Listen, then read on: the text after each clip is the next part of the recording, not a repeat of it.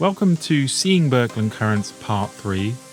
In this episode we'll be examining more pinch structures in Birkeland Currents, dead Birkeland Currents, and bizarre star-forming features that we really struggle to explain.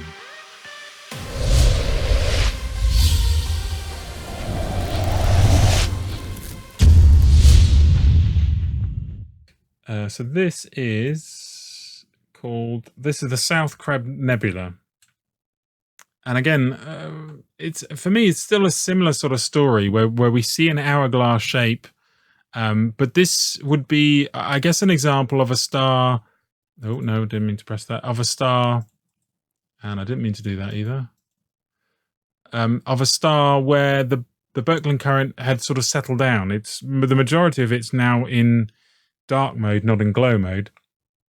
I guess it could be the opposite way around, that it's just firing up. It depends on how you look at it. But again, we see the edges of this pinch, but potentially it could also be like an ejection phenomena, which I guess, going back to my point before, is still connected to this whole structure anyway.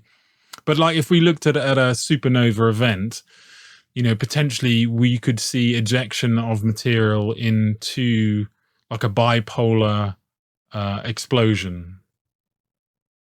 Would that be, did you see what I'm saying? Yeah, I mean, you're talking from like the mainstream model, what they see?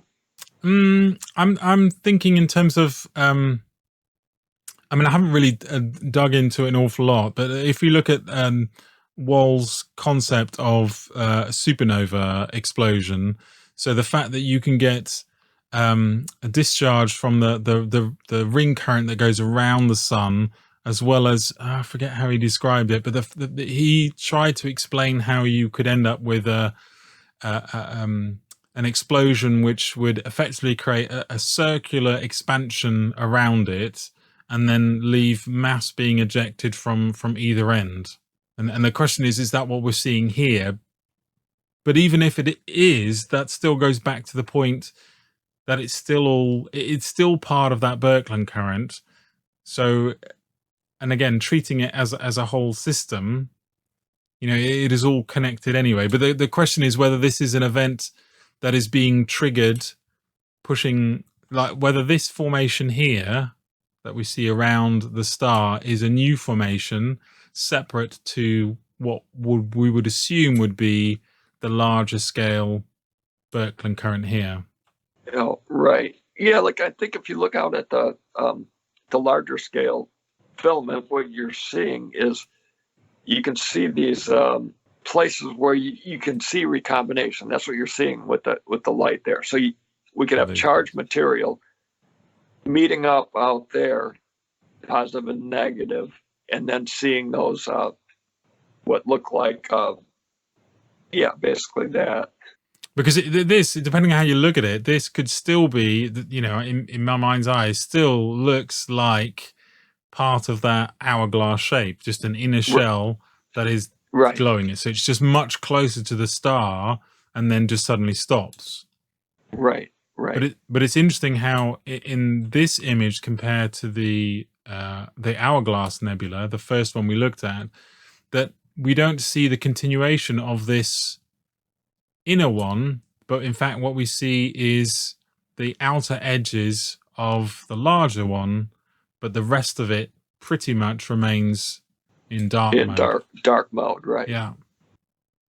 It's just an oddity for me, this one, because it's a very sudden stop when you look at that, and it does seem to be looks like a yo-yo to me.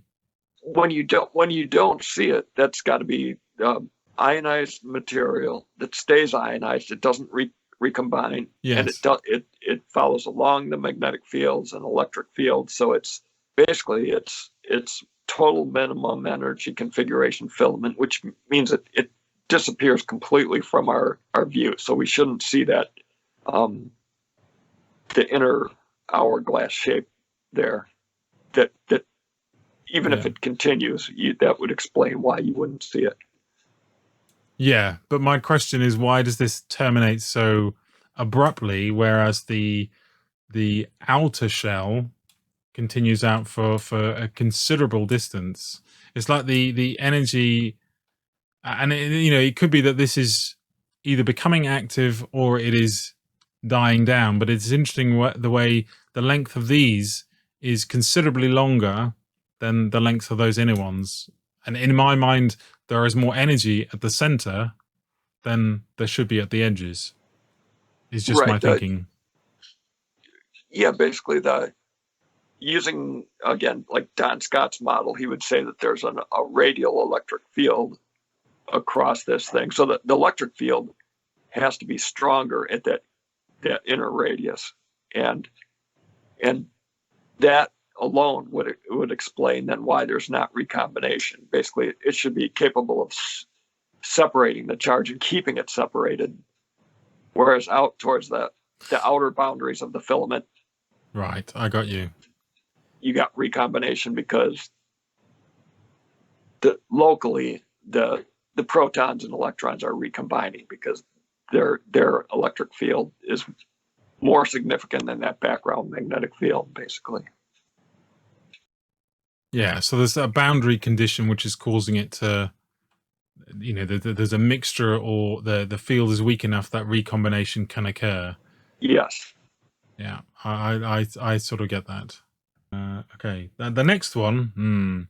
The next one, when I first saw this one, I immediately thought X-Files. Let's see if that pops into your head when I pop this up. Look at that one. Now, technically, what do they describe this as? This is called the Cosmic Necklace. Right. And it is recently discovered, again, planetary nebula, glowing remains of an ordinary sun-like star. So the nebula consists of bright rings measuring about 2 light years across, dotted with dense, bright knots of gas that resemble diamonds in a necklace. The knots glow brightly blue due to the absorption of ultraviolet light from the central star. So, again, well, here the question is whether the what we're seeing here, I think, is more akin to what we would call a supernova explosion, with effectively a ring that expands outwards, and potentially that's what we're seeing. That the light spots here is highly energetic parts of that cloud. Would you concur with that? Oh, right. Basically, what you're looking at is almost like the cross section of a Z-pinch, where the entire hourglass shape is basically. So that would be crossed there. Right. So you're seeing like basically the rest of it in this case is in more or less dark mode, and you're only seeing this radius where material is circling that kind of that toroid around the pinch, which is more like what we see on the scale of the local chimney. Again, when we're looking out at the night sky, we'd have visibly there's no way to in this hourglass shaped structure out every night, even with a telescope and looked out, you would have no idea that we're in this hourglass shaped structure. But what you would see is this bright ring of stars circling us in the sky, and the nebulosity that they see. That would be like Gould's belt. Yes, obviously the Gould belt is significantly larger than this structure here. But I'm also thinking that because although this could indeed just be the cross section, if a supernova event did occur, or some sort of massive release, maybe supernova is too many people have like the idea of it being a star exploding, so maybe that's not the correct word. But if a significant additional amount of energy came into this, or the pinch massively increased, then you could end up with an ejection of material that would eventually pass out of here. So the ring would continue to expand outwards, which is effectively what we think the Gould belt is.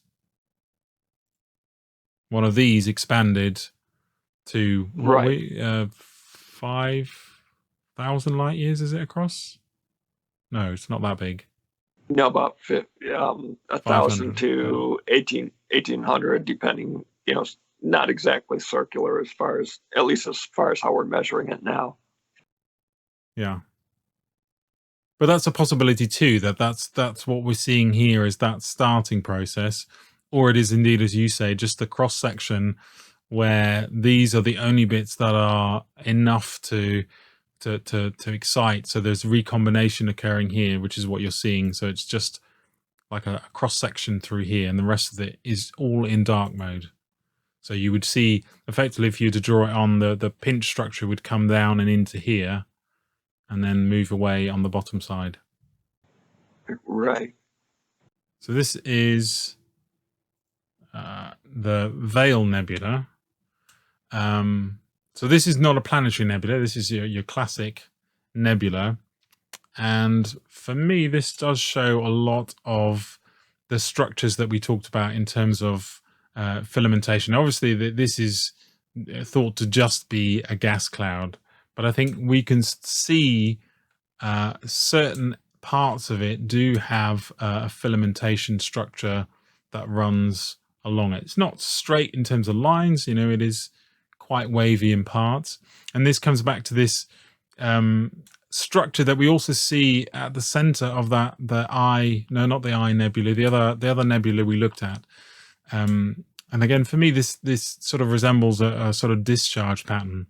So is this a dead Birkeland current? What you mean dead, though? Well, okay. I mean, in terms of it's all lit up, so there's not much ionization or ionized material left. Like a lot of it. So a lot of it's recombined. Right. So is this like a less functional Birkeland current? Maybe that's a better way of describing it. Yeah, less organized for sure. Like if you look at the outer radius, you can see that it's still more intact as far as the smaller scale. Yeah. Nicely formed Birkeland currents skimming along the outside of that, which by the way, that's how they see our sun traveling on the local interstellar cloud, is kind of skimming along the surface with some motion in or out. So you could almost think of the sun's motion as following one of those outer spiraling Birkeland currents. Yeah, like that. But yeah, it's clearly that inside there's we've lost a lot of the smaller scale filamentation isn't as clear as far as following the larger scale structure. So yeah. But there is quite, as you say, quite a nice structure on the top and the bottom. That's quite a nice sort of wavy pattern at the top there, and there are still lines that appear above and below it. So yeah, it's just a fascinating one for me, this one.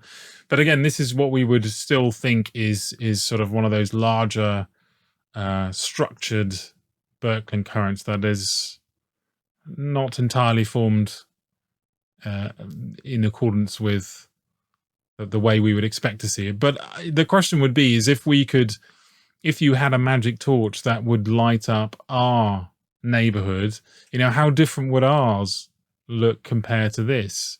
And I suspect when you look at some of the charts of the structure of some of what they describe as shock fronts and gas pockets, to be honest, I don't think ours would be that dissimilar from this. Maybe not quite as chaotic in bits, but certainly there would be large void bits and more concentrated bits. Like when you look at what the cloud that the sun appears to be skimming along the surface of, there's different features on our scale that are more easy to detect. Like, for example, where the electrons are by the radio scintillation, but most of it is obviously in pretty much a dark mode. The dust that you expect ejected to the outside, we can pick that up in when we look at distant stars, we can look at the absorption, and we can kind of tell which way that the neutral gas and dust, we can see which way that flows. And we know that those are in like these filamentary gas clouds. But yeah, as far as the rest of it is more quieted down than that for where our sun is right now, anyhow. There are actually some interesting structures in the background. The more you look at this image, so there's a lot of filamentation going on in many different directions, and this is quite an interesting structure here. Sort of not quite right angles, but there seems to be one skimming along here with a very sharp line up here as well. But there's not an awful lot of detail in this image, sadly. All right, let's go to the really weird ones now. So that's this one.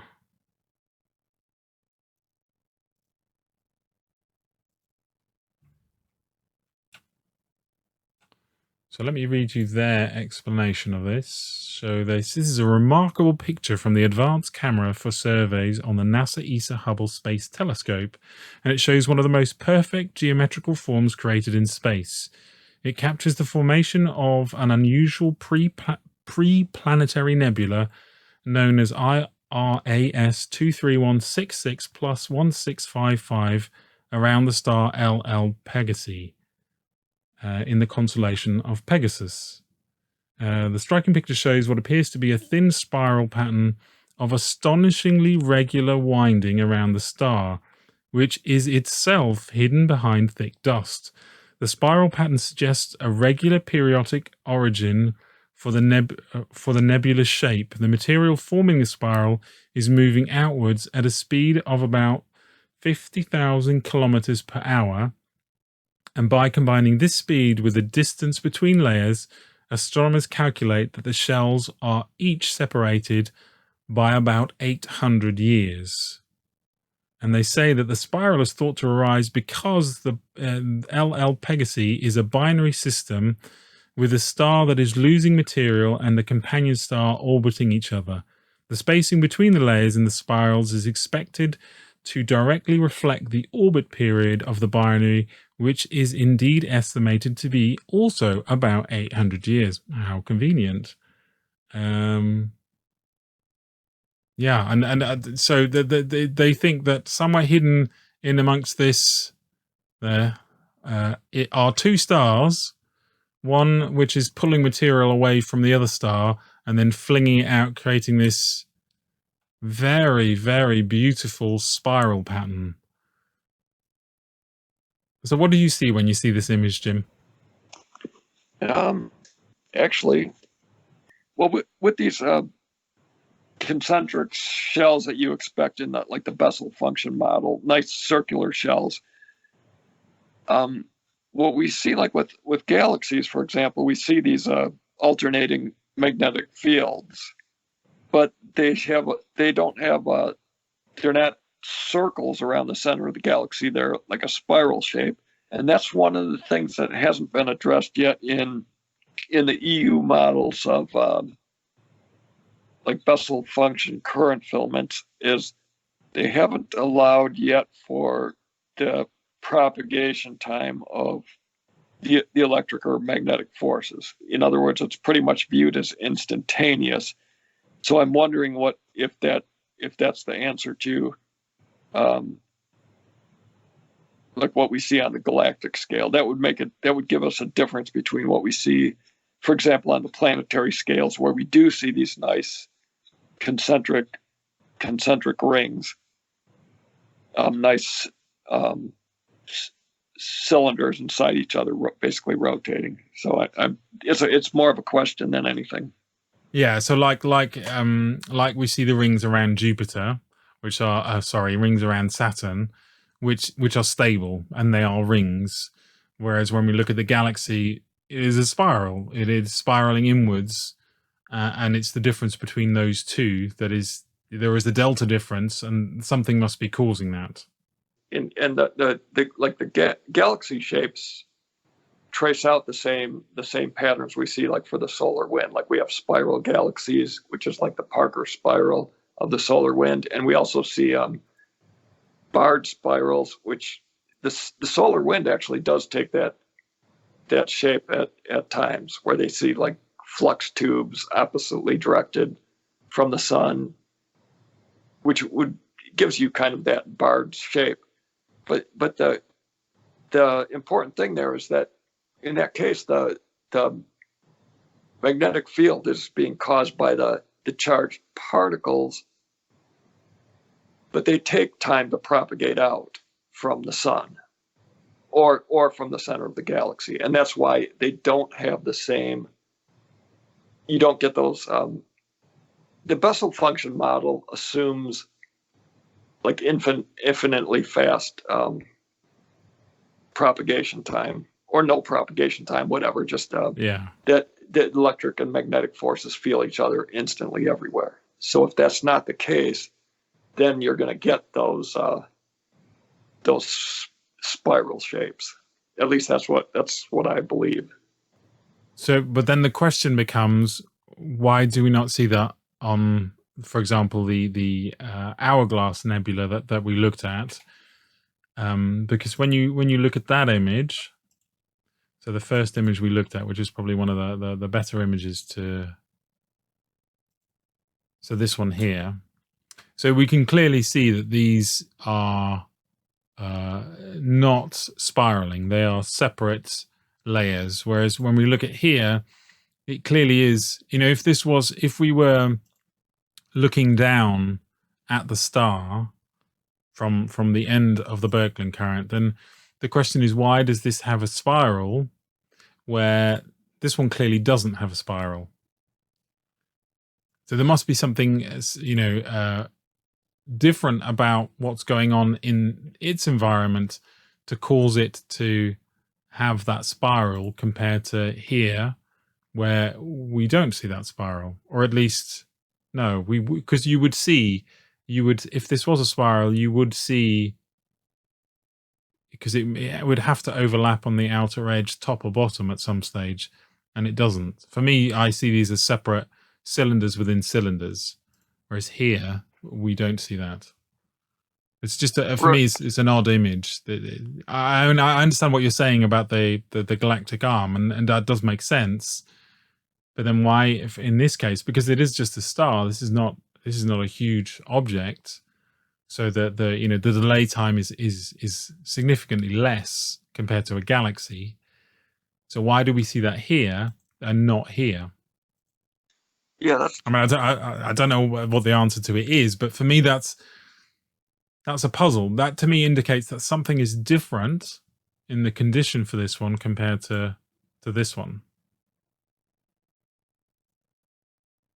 And whether that is another, no, because another magnetic field wouldn't cause that to happen. I mean, this is a classic spiral. Like, as you say, you stick a particle in a magnetic field, and charged particle. That's what it'll do, and that's what this is doing. I also find it weird, to me, comparing these two images. Is you have a very bright star, very visible here, whereas here we don't.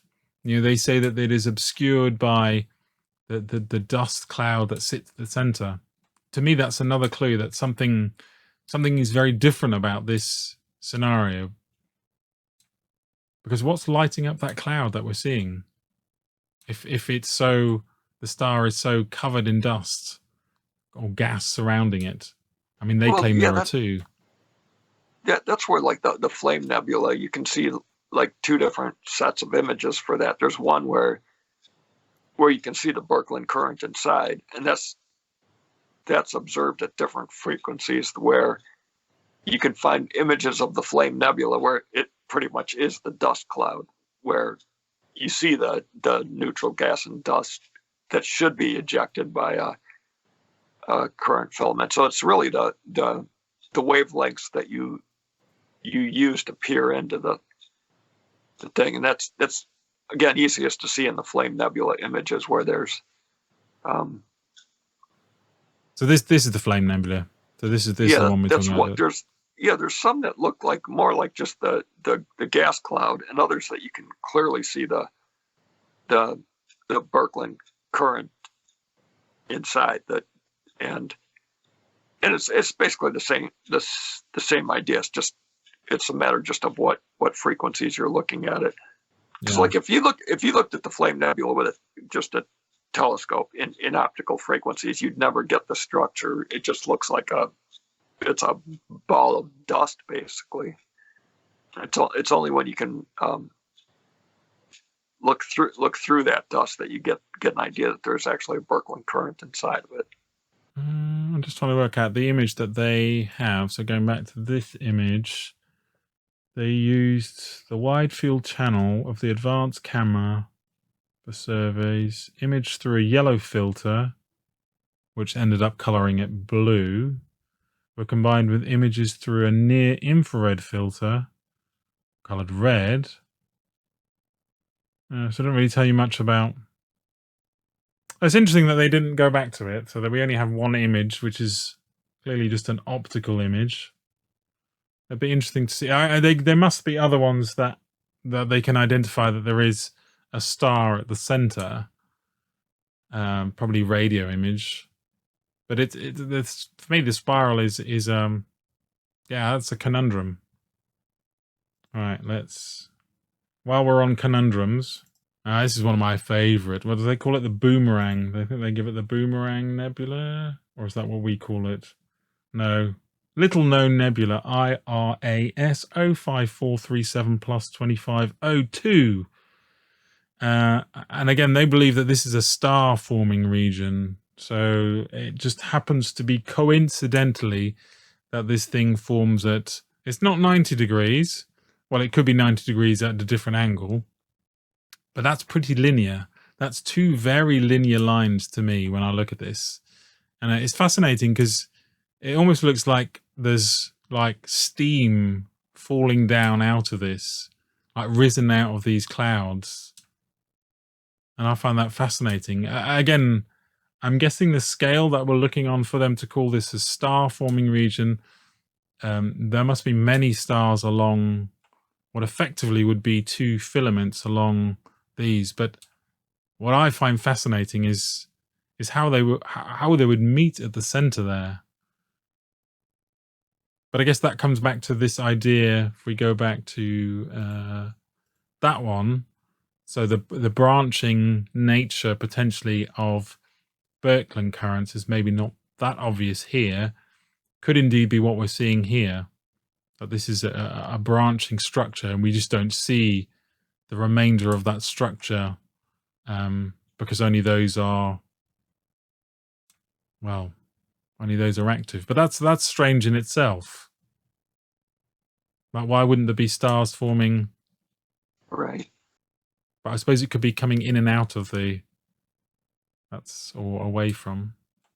It looks to me as well, like if I were to look at this looks like, it looks almost like this is like the side of a house that's lit up Christmas time, and it's casting light on the snow outside. Right.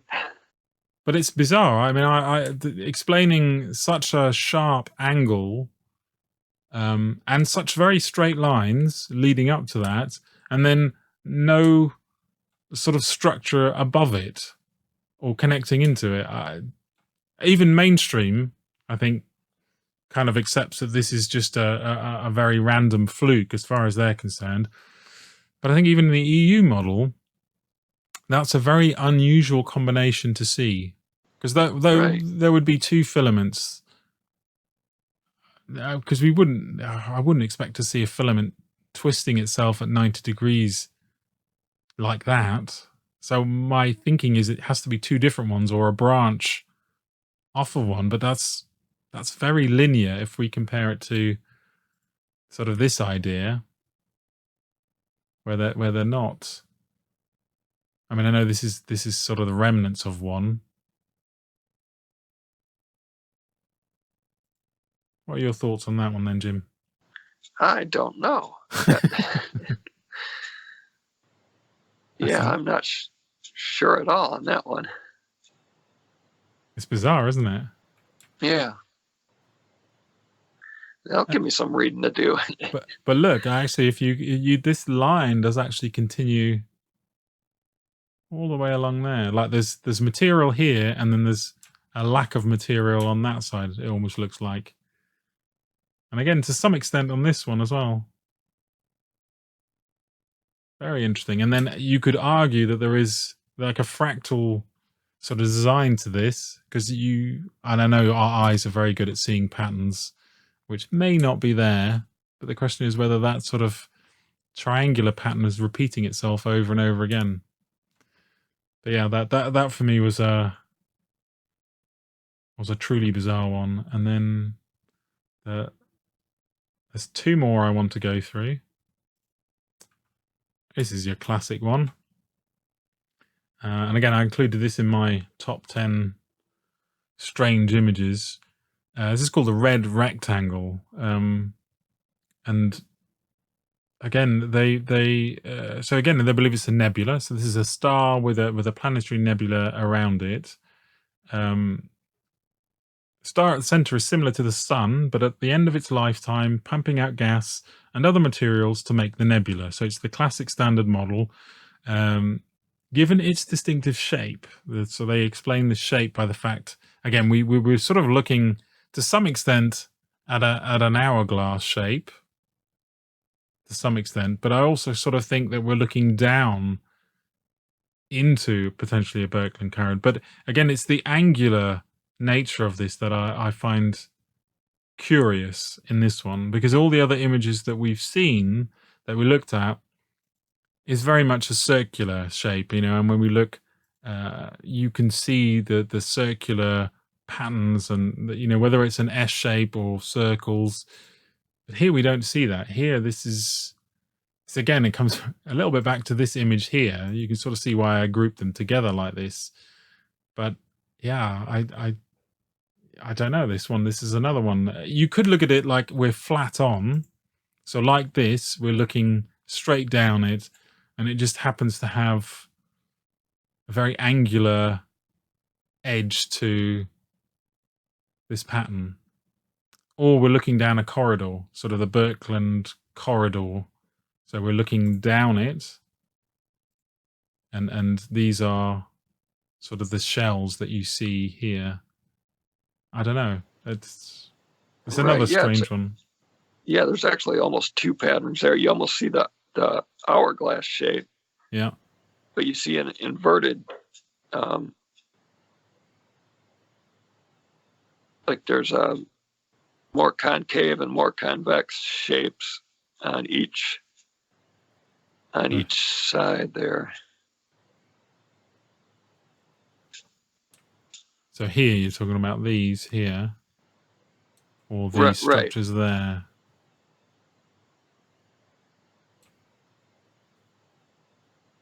You definitely have these straight-lined elements, which are not perfectly straight, because they do. That's what I mean. There's like a almost concave and convex. Yeah. Surfaces there. And what's interesting is it's these parts, these vertical bits, which are sort of lit up, but not so much across here. There's like material that's sort of, I want to say flowing in, but that's not necessarily what we're seeing here at the top. But it's like walls, but no floor and no ceiling. I mean, that is quite a repeating. This is quite an interesting. So each one where there is sort of a bright edge, it is being pulled back.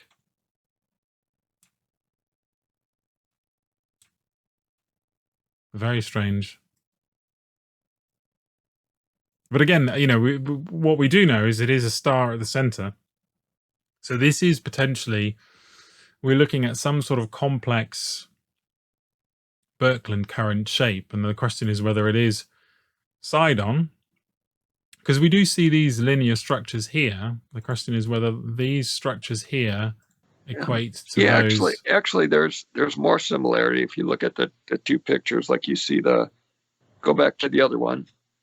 You can see inside there's nope, the other one. This one. Yeah, you can see. Yeah, you can see. If you follow the outside, you see this curving in towards the center. But then there's the more. If you follow the inner, shoot. Yeah, you can see that almost convex shape moving out. Yeah. Yeah, so it's actually the same. I think it is the same structure, just viewed nearly edge on in the other image. So still looking at this sort of direction, and this is obviously slightly twisted away. Right. And there you'd be looking almost exactly edge on to the.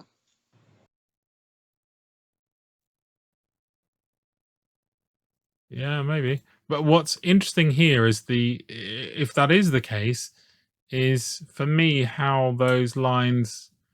Now we don't actually have anything beyond that, but how wide that is.